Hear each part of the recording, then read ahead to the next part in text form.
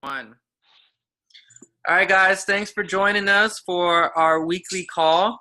We've got some really great material to build off of what we talked about last week when we shared the 10 motives that influence everybody's decisions throughout their lives. Tonight, we have two of the top Fit Latina coaches with us. And I'm not talking about Steph. She doesn't know. And these ladies, they're going to help us really bring to life these points that I'm going to share with you. So just a little bit of background of what's been going on in my life lately. I've really been spending a lot of time studying some material which has allowed Steph and myself to take this small opportunity and build it into what we call life now. I mean, this is an integral part of our lives now, day in and day out. This is what we do. And it's been a blessing. It has allowed us to experience things that we couldn't have even dreamed of before. And we want to show you how to do the same thing. In order to do that, we have to start kind of from the beginning of where we started, how this all made sense to us and how we've been able to apply it. So last time we covered the 10 motives. If you don't know what I'm talking about right now, we did record that call, and you can listen to it after this. I'm going to talk about it a little bit during our call, but just roll with the punches and just go with this, okay? Are you ladies ready? Yes. Okay. Yes. Just on a side note, these doors down here, they look exactly like the doors that we used to have in our house. Yeah, in San Antonio. In San Antonio, these Alma's house. These French doors. I remember putting them in myself. I learned very quickly that I have no desire, nor should I ever be in any kind of construction project on my own. We almost killed ourselves. Okay, I need to call my husband in here. Give him some pointers. So No, so he can listen to Ray. What we're going to talk about tonight is what we call definiteness of purpose. And what definiteness of purpose is for us as coaches is what is our focus. We all need a focus. The interesting thing about having a purpose is that when you identify what your purpose is in life, it unlocks the door for so many things. If you know anybody who has been hooked on drugs, anybody who has been hooked on bad relationships, anybody who has been controlled by food, controlled by fear, more than likely it's because they don't have something to focus on. They don't have a purpose. We as coaches should always have something in front of us that we're aiming for, that we're shooting for. Because if we don't, then it's not going to allow us to unlock all of these other magical things to get us from where we are to where we want to be. So we're going to do a little exercise right now, and I asked you to make a few preparations before we begin this call. So here's our first exercise. Okay, I am going to set my watch to count down for 20 seconds. And in 20 seconds, I want you to write down as many X's as you can. Doesn't have to be big. I mean, it doesn't have to be, certain size. Just start scribbling down X's, as many as you can, in 20 seconds. Ready, set, go.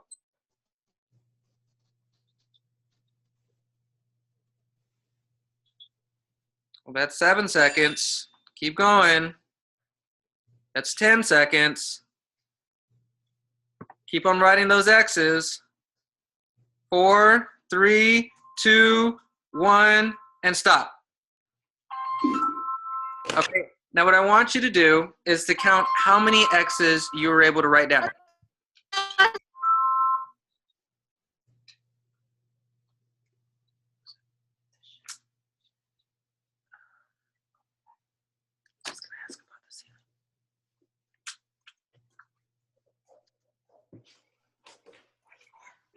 44. 44, Maria? You guys keep freezing on me, and I'm trying to figure out what were you saying. I don't know. I guess it's on my end because you're like in slow motion on bits and parts. So I didn't get to participate. I have nothing. Oh, I'm so sorry. I'm so sorry. But Alma, you rock. 40 plus X's. You rock. You are the best coach of the last minute. You deserve all of the praise, all of the recognition. You are going to be something special. I know it. Because of that dedication and that focus that you just put in that last 20 seconds, you, ma'am,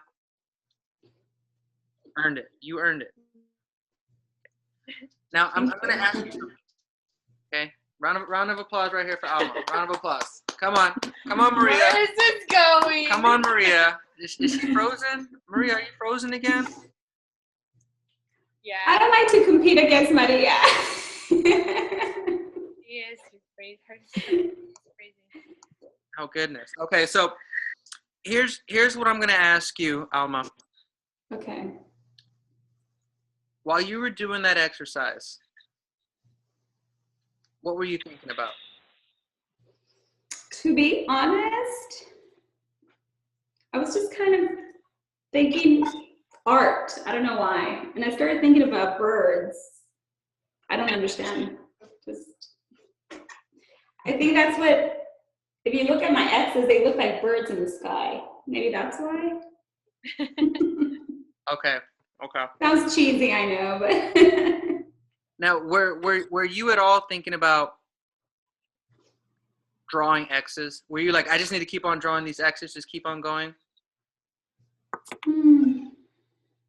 Let me ask you something else. Did you? I guess that was my purpose, to draw as many X's as possible. So. This is where I'm headed. While you were concentrated on your purpose, did you think about food? Food? No. Did you think about sex? No. Did you think about drugs? Did you think about anything else other than what your purpose was? No, just drawing X's. As many as possible. So where I was going with this is that you had a purpose, you had an assignment, and you concentrated on your assignment for 20 seconds. And what you did is you performed. You didn't think about anything else other than getting as many X's as you can on the piece of paper. And as trivial as this assignment was, you proved what I was trying to prove right now. Okay. Now, when we tie the two together, about what we were talking about last week versus what we're talking about now, and our motives, you didn't have much motive to perform. Maybe you did. And we had 10 motives that we talked about last week. And we talked about self-preservation. We talked about love, fear, sex, life after death, freedom of body and mind, revenge, hate, self-expression and recognition, and material gain. And for this simple exercise, it probably the only thing that was driving you, you may admit it, was you wanted to draw the most X's. You wanted to beat Maria, drawing X's on a piece of paper. Not in a bad way, but subconsciously you wanted to win. Okay, you wanted to win. And if Maria would have heard us without us, slowing down, she would have wanted to do the same thing. She wanted to draw as many X's as possible. Okay, not saying that's a bad thing. Where I'm going with this is that there was a motive. There was a motive in what you wanted to do. You wanted to be recognized for your work.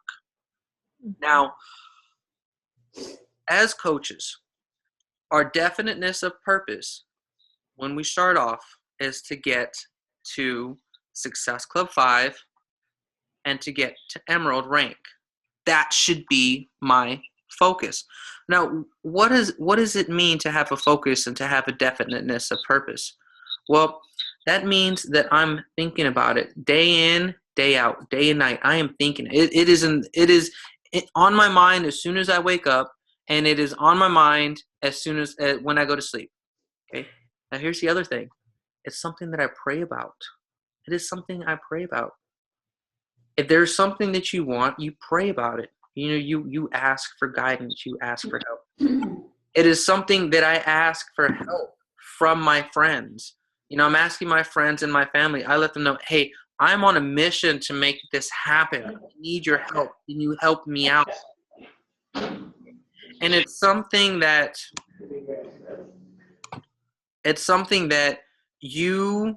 what we like to call go the extra mile for. You go the extra mile.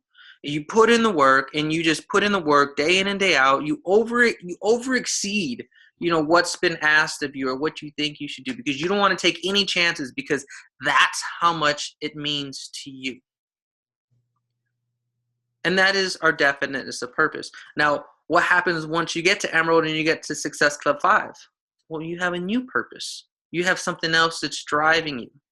Okay, you find what's driving you, and you identify what that purpose is. Same thing. You think about it day in, day out. You pray upon it. You ask your friends. You ask your family. Like, this is something that obsesses you. And if you are not obsessed with it, I'm not saying it's good, and I'm not saying it's bad. What I'm saying is that if you are not obsessed with it, find a way to become obsessed with it. Find a way to make sure that you think about it day in and day out. Now, I'm gonna be transparent. I'm gonna be completely transparent with you. This year, for Steph and I, we have moved so many times, and we have changed what we're doing so many times, where all these things have been or could have been a distraction.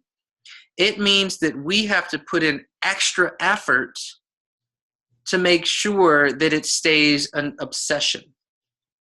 Does that make sense? And so as he's talking, it's kind of, the question that comes to mind is, well, how does it become an obsession? This word he's using, how can I get it to be just an underlying factor and an underlying goal of mine?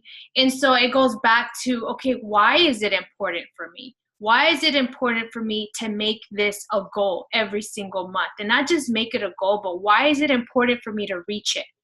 And you think back of all the reasons why, whether it is because, you want more time with your kids, because you want to pay off a home, because you want to pay off the student loans that you have, because of X, Y, Z. What is it? Because you want to help your parents, because you want to get your kids through college and pay for their tuition. What is that underlying factor that's driving it to make it, and to not just make it a goal, but achieve it every month? And the more reasons, the more why power you have behind it, the more laser focused you're going to be on it. Whereas this has been an extremely transitional year for us, extremely. And we lived out of our suitcases for so long. And, it could have easily said, well, I didn't reach Success Club because we were living out of our suitcase, or because we were living in a house with 15 people and the internet was very, choppy out on an island in Alaska. We could have easily said all these things, but, it was an obsession. And it's and you know what? It wasn't really, to be honest, in my part, it was never really, what do I need to do? It was me praying, Lord, bring me the people, put the people that you want me to impact in my path, and help pick up the blinders and help me see that these are the people you are introducing me in my life in order to help me see. That song, it's like, give me eyes so that I can see. That is what I was praying for. It wasn't necessarily help me reach Success Club 5. Come on, I have 5 more days. It was help me have the courage to reach out to the people you want me to reach out to. And that was what my prayer was. That was where my focus was. And so we use these terms, Success Club, because that's how we have, the common vocabulary. But you're going to take that even deeper, and you're going to make the connection, whereas you are emotionally vested in it, where it's no longer just a term, no longer just a word. You are emotionally connected to that term and that verbiage and that goal. I told you she was going to take over. I told you. I knew she was. But she, I want to continue to harp on this. We covered those 10 motives. So how do we use those 10 motives? How do we manipulate them? How do we manipulate ourselves? How do we trick ourselves? Because we're pretty smart. I mean, come on now. We're all pretty smart in this group, right? How do we outsmart ourselves? What do we have to do to position ourselves in front of as many of these motivating factors as possible? Step 1 is to identify your purpose. Or in our regard, what is our goal? What is our goal that we have laser focus on right now? Okay, Carrie, who just joined the call right now, last month, her goal was to get as many Success Club points as possible because we were competing in the Fall Classic. And she hit Success Club 12 or Success Club 15, 16. This month, she's this close to getting to Diamond.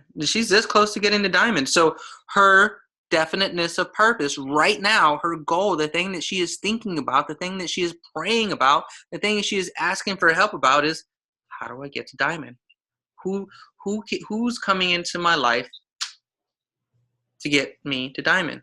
What is happening in my life to get me to Diamond? And what happens? Here's what happens. When we are concentrated on something, opportunities lurk around every corner. And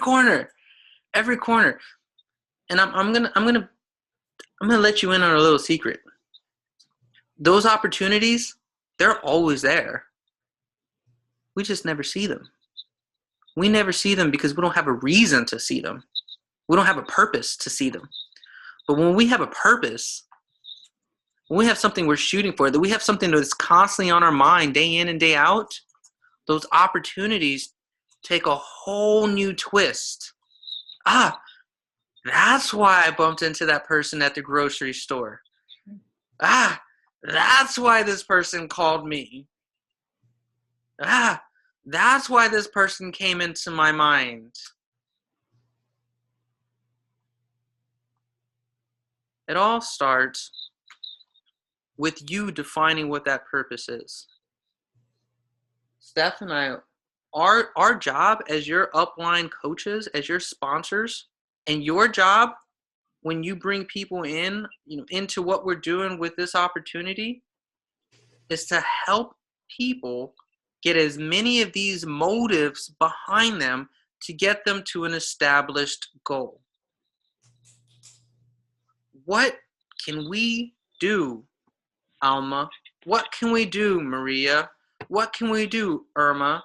What can we do, Araceli? What can we do, Carrie, to put as many of these drivers, as many of these motives behind you to where you're thinking about them 24/7? Because let's face it, we're not with you 24/7. We get to talk to you. We have the blessing and the opportunity to talk to you once a week, twice a week, max 3 times a week for 30 minutes at a time, an hour at a time. You talk to yourself 24/7. You're probably talking to yourself right now.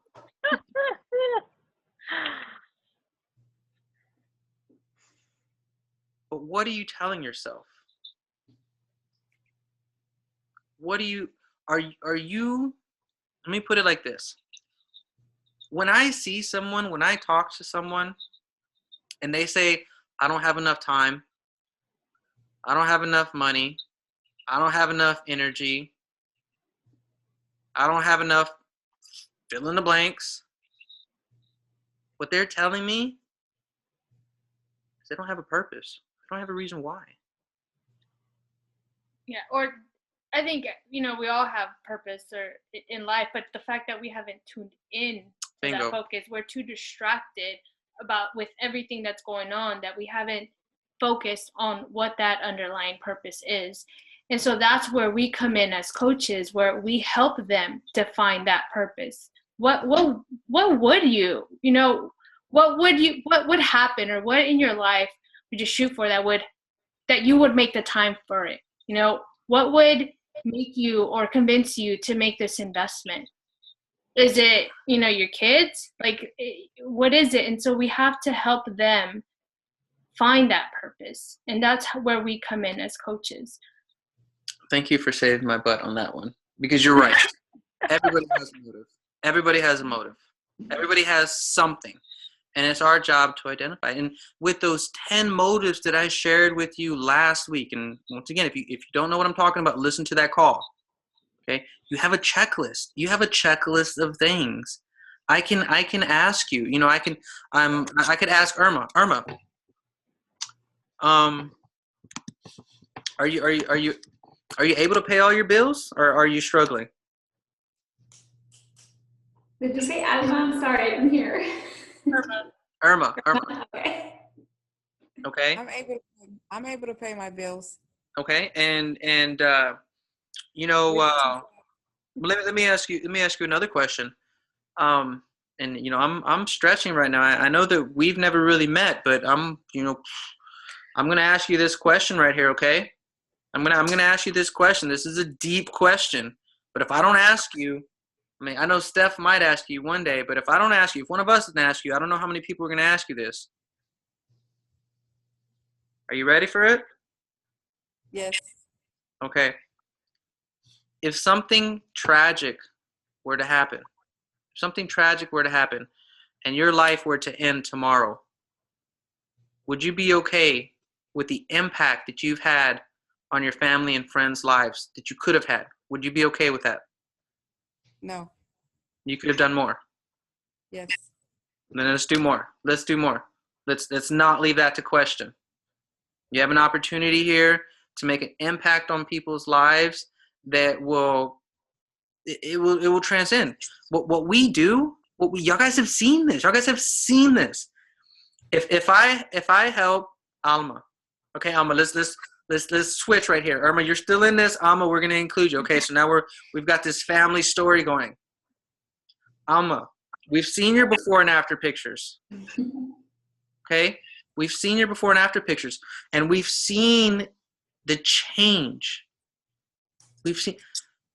Are you the only one experiencing that change, or has your family experienced it? Have your friends, have your community, have they all been a part of that splash? Yes. So you have made an impact.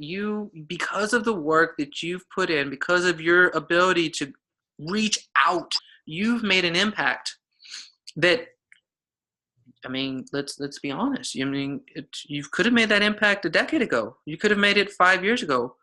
It's been there. But now that you're in it, now that you're in the mix, now that it's happening now, not to take away from anything, you're like, wow, not only am I changing, my whole world around me is changing for good, for positive. And let me just say this, you are not wasting any second of it at all. You are just like, let's go. What else do I need to do? I want to keep sharing my story, keep inspiring, and just wanted to share that. Yeah. Thank you.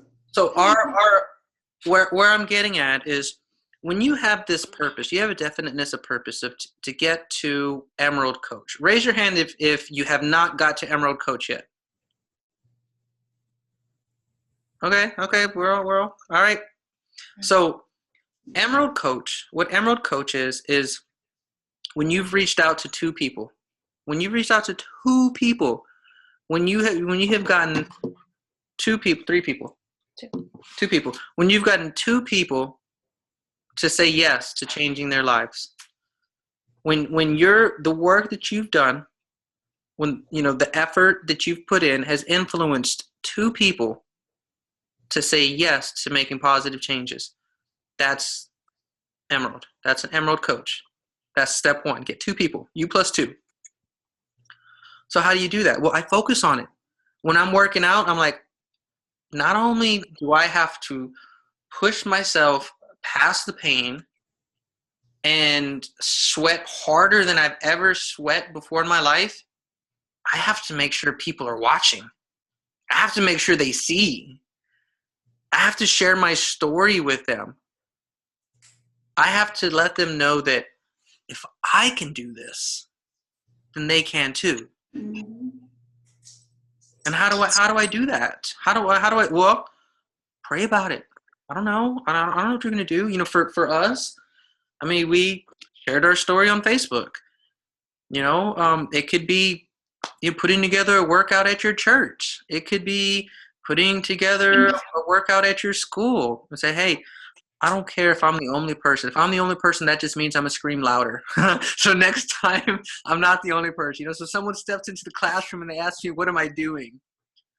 I'm going to over exaggerate.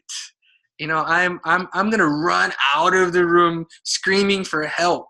I'm going to say, somebody got a Band-Aid because I'm all cut up. I don't know.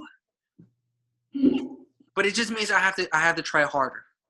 Okay, I don't want to leave it to chance that I didn't do everything I could to change two people's lives. I don't want to. I don't want to leave it to chance. I was talking to Steph about this the other day. I said one of the most impactful,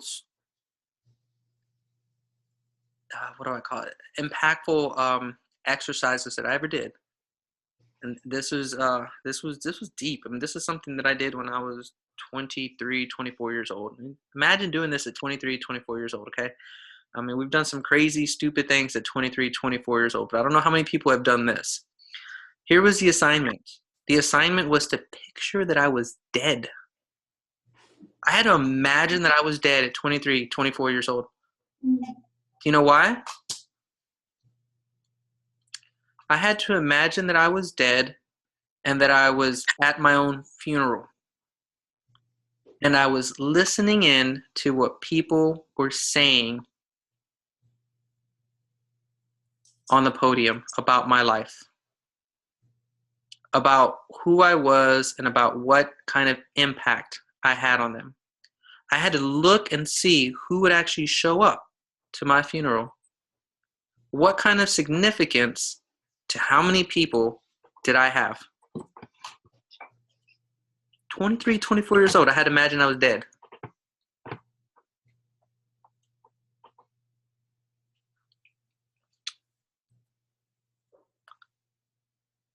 The question that I asked you, Irma, was something I've asked myself. Would I be happy?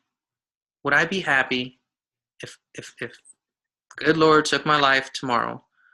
Would I be happy with the effort that I put in to make a positive impact on people's lives? I don't want to leave it a chance. I don't want to. You don't know. You really don't know what's gonna happen. I want to make sure that wherever I go after this, I'm on good terms. Now, I share that with you because it's a driver. That's a driver. This is something that we're giving you permission to ask that same question to your family and friends. Ask them that question. Like I'm at one time in my Beachbody career, I had a hard time asking those questions. I had a very hard time asking those questions. Like, I don't want to ask that question. They're just slap me. They're just gonna hang up the phone. I think we had one person, Maria, and I hope it's because we were getting she had bad reception. We had bad reception. You'll have people hang up on you. I don't want people to hang up on me. But I'm just kidding, Maria. We love you, Maria. We know you're watching the recording of this. And I had a hard time asking those questions. I had a real hard time asking those questions. You know, I would ask people, you just, you know, you know, I would ask people, are you okay being single for the rest of your life because you don't feel good about yourself because you're overweight? Wow. I'd ask people those questions. I had a hard time asking people those questions. And then I asked myself this, which made it okay for me. Here's what I asked myself. If I don't ask them these questions, who will? Who will? Who is going to ask these people these questions? I'm asking them out of love. You know, I'm trying to get them to go in the right direction. I'm trying to tell them the things or I'm trying to get them to ask themselves these questions to get them going. And these are people you have a relationship with, you know, it's not like some random person you just meet, you know, and you are going to know what questions to ask the people, you know, because you know the people, you have the relationships, whether it be a brother or a sister or a best friend, and you know where their heart is and you know where their desires are. So you can't just, we're not just assuming, you know, they want certain things in their life. It's knowing them. And then in I think a lot of times, me in particular, I have a hard time, you know, just being upfront and asking these tough questions, just because I do everything in my power to avoid confrontation and avoid awkward situations like that. But then, you know, I remember reading this book and it brought it into perspective, and it said the balance between truth and love. And in a relationship, in any kind of relationship, whether sister relationship or a best friend relationship or husband-wife relationship, if there is love without truth, then you're not helping that other person grow. If the relationship involves too much truth, then you're going to speak in a language that person is just going to automatically put a wall up, and it's saying, you know, where's the love? But in a relationship that is strong and is powerful and is meaningful, there exists a perfect balance between truth and love. When you tell this person, hey, I'm because I love you, I'm going to push you beyond your comfort zone, because your comfort zone right now is not allowing you to grow. So I'm not just going to, you know, tell you, I'm going to lead by example, and I'm going to put in the work so that I can inspire you to keep moving forward. And I'm going to stretch your limits a little bit so that you can grow, and I'm going to grow to help inspire you to believe that you can do it too. But there's no weight behind me just telling you truth if I'm not leading by example. Boom, boom. Truth, love. Truth, love. So, kind of bringing this all together. You have to have purpose. You guys. You have to have a reason to go outside of your own comfort zone.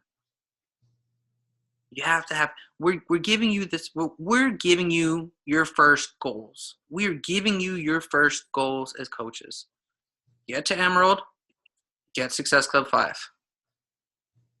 After that, we're giving you the next goal. Get to Diamond. After that, after you get to Diamond, you're the one setting your own goals. You are the one that after that, the sky's the limit. What do you want to do? Where do you want to take it? You know, what do you want to get out of this?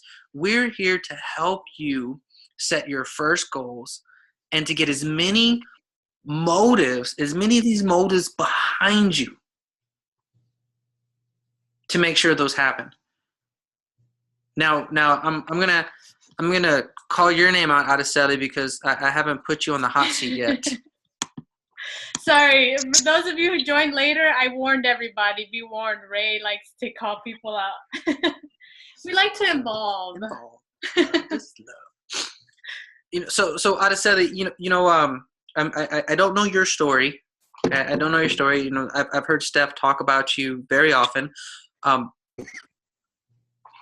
let me ask you this question. Imagine yourself. What do you do for a living right now? I'm a nurse. Okay. Now imagine yourself.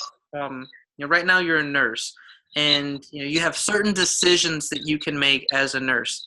And you have certain rules that you have to follow with your position as a nurse. Now imagine if you were running the hospital. Oh, that's good. Yeah. Not imagine what you're driving. Not imagine what your parking spot's going to be. Well, you can imagine that too. But imagine you're running this hospital.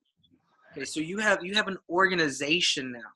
You have nurses that are reporting to you. You have custodians that are reporting to you. You are in charge of this hospital. Okay. What kind of confidence do you have, when you walk into a restaurant? What kind of confidence do you have when you walk into a party as a nurse versus the director of the hospital? Is it different? Yeah. It's different. I think so. Yeah. Okay, so not only do you have a higher level of confidence, but you also have higher responsibilities. You have people that are following your lead. You have to make sure you're a good example and whatnot. And where I'm going with this, Araceli, is that what we do with Beachbody is no different. Okay, when you get to Emerald, that means that you've helped 2 people. When you get to Diamond, that means that you've helped like 10 people. Okay? After that, it's really how many people can you help? How many people can you help? How many people are you comfortable going out and reaching out towards? 2. No different. And what happens, everyone else, is as you start rank advancing, your responsibilities change, because as you start working with higher, how do I put this? As you start working with people that are at a higher rank, you're working with people who have a following underneath them.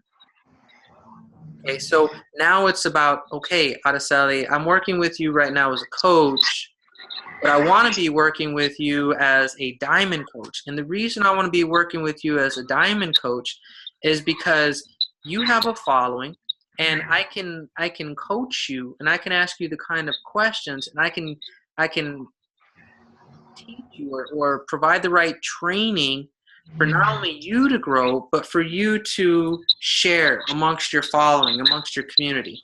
Just like a director would. A director, they're going to go out to the conference, and then they're going to bring back what they learn, right? And if they're taking good notes and they really wanted to help that organization grow, then the organization will grow, and the hospital gets all kinds of awards and grants and money and whatnot. But if you're not there yet, you want to be there. You want to be there, because that means that you have a lot of people that you are influencing. So right now, I want you to pull out your pen and paper one more time. Okay, so everybody has their pen and paper. Okay.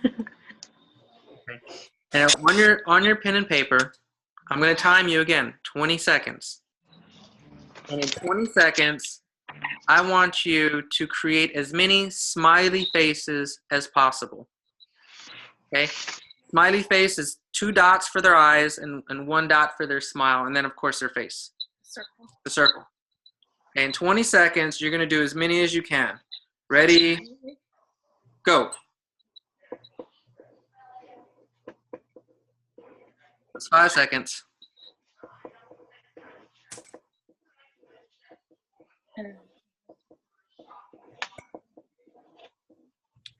And 4, 3, 2, 1, stop. All right. Count your smiley faces.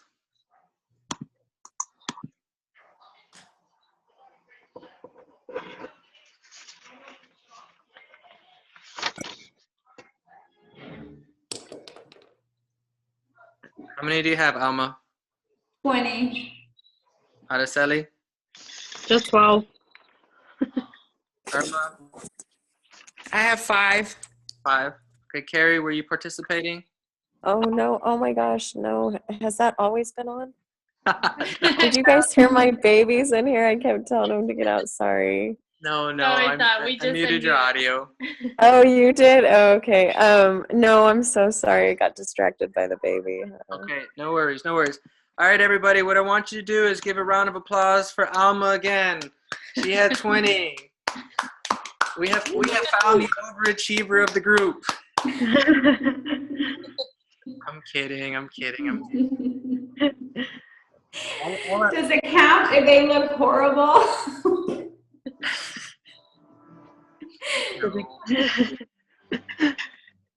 Once again, you had a purpose, you thought about your purpose, and you had motives that drove you.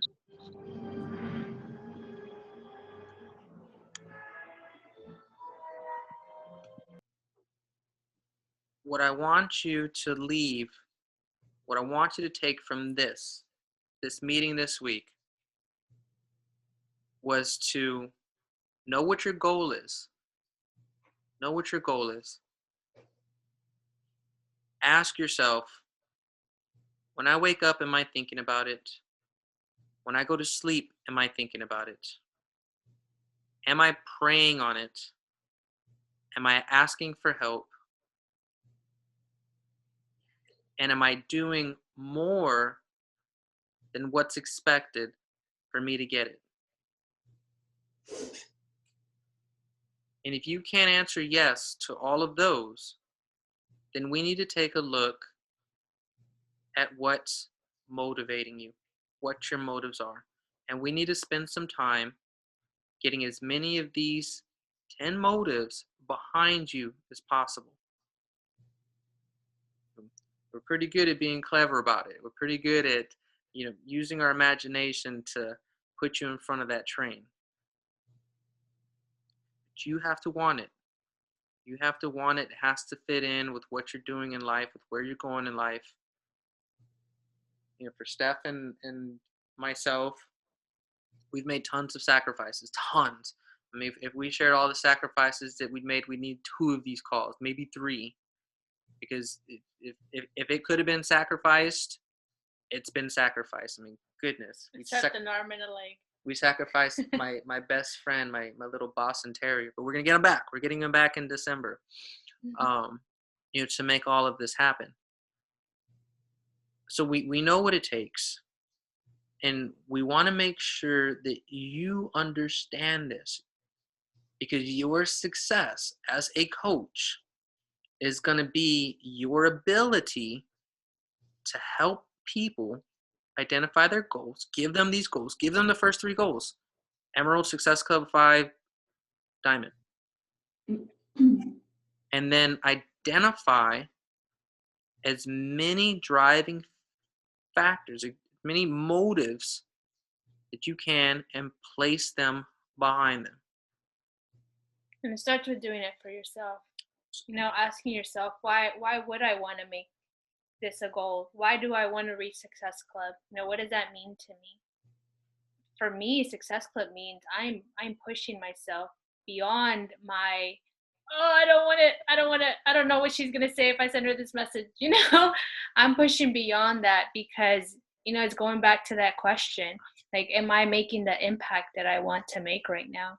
And Success Club for me means I am doing everything in my power to reach out to as many people as possible. And and of course that's just one motive. And you find as many motives behind that as possible. Why do I want to reach success? Why do I want to reach Emerald? Because I want to help my sister get in better health, and I'm going to push her to enroll as a coach so that she can really make positive changes in her health. There's many reasons behind those goals. There's many motives behind those goals as possible. Preach. Preach. Love. Wait, no, which one am I? Truth. Truth and love. Truth and love. Guys, I think that's a really good point. I mean, good spot to wrap up this call. Okay. Make sure that those pieces of paper where you're drawing their X's and your smiley faces, put it in a nice frame and put it on the wall. Okay? Because you won. You were the winner tonight. And know that. You know, each and every one of you, I want you guys to know that you are fully capable of taking this opportunity and taking control of your lives, to living the exact lives that you want with this small opportunity. We're able to say it because we're doing it. We're able to say it because we've figured it out, and we're sharing the secrets with you. We're sharing the tips. All you need is a small opportunity like this and the right motives, and you can take it to the moon. Okay? We believe in you guys. We believe in you. We believe in this opportunity. And we know that with you showing up on this call and you listening to the recording on this call, you want it. It all starts with desire. After that, it's purpose. After that, it's what's motivating you. You get those three things right, and the world is yours. Any last words? I'm not sure how much time we have, but as Ray was talking, we talked earlier about we're all constantly talking to ourselves and in our head. And as he was talking, I remembered back when he first presented this opportunity to me. I really had no idea what was in store for us and what it would become. And to tell you the truth, I was a little turned off by it because of the incentives and because of the financial reward that they kept highlighting. And I remember we were sitting on this free couch that had been given to us because we had nothing. We had this little black couch, and he was talking about giving an impact in this world, making an impact in this world, and how we see things come into our paths, and they can be opportunities as long as we see them as such. And the way he illustrated in my head, I said, this is an opportunity that God is placing in my path to make an impact in the lives of those around me. This is an opportunity to help me find courage to help others. But it first begins with myself, because I was way too shy, because I lacked so much confidence. And this provided me a way to continue working and growing myself so that in turn I can lift others up. And it was a motivation to do that. It was that purpose, that definiteness of purpose. It was an underlying purpose. And whereas I was just on it, drawing those smiley faces, and the distractions around me, because how old was I, 22, 23? Oh yeah, you were 22. I was 22, 23 at the time. And believe me, like, everybody around me was, they're 23. What do you do at 23? What do you do at 22? Come on, Steph, let's go out. Let's do this. All of these distractions around me. And it's like, you know what? Heck, we didn't even have a TV at the time. We got rid of the TV because of how focused we wanted to be. Mm-hmm. And I was on that mission, drawing those smiley faces, because God placed this opportunity in our paths for a reason. And I was determined to find out that reason. I was determined to be able to stretch myself enough to be able to be that great disciple, where it wasn't just about me. Yeah, in Alma, we've talked about this. Like, you start for those reasons because you want to get better. You want to physically or your energy. But then you start realizing that, hey, I can't keep this to myself. this is too good to keep to myself. I need to shout it. I need to shout it out and share my story as many times as possible to use this opportunity for what it is. It means to make a huge impact. And that's what we want to motivate and inspire you to do as well. And we believe in each and every one of you. And you are here. You are on this call for a reason. We've crossed paths for a reason. We are in your lives and you are in our lives. And, going back to that quote, alone we can do so little, but together we can do so much. And that's it. Truth, love. Hey, y'all guys have a good night. Good night. Good night. Hit us up if you need more help on this. And if you haven't listened to the recording on the 10 motives, be sure to take the time to listen to that. It's powerful. Okay. Yeah, and we're proud of each and everybody for being on this call, and happy to see all your faces tonight. We'll see y'all next week. See you next week. Good night.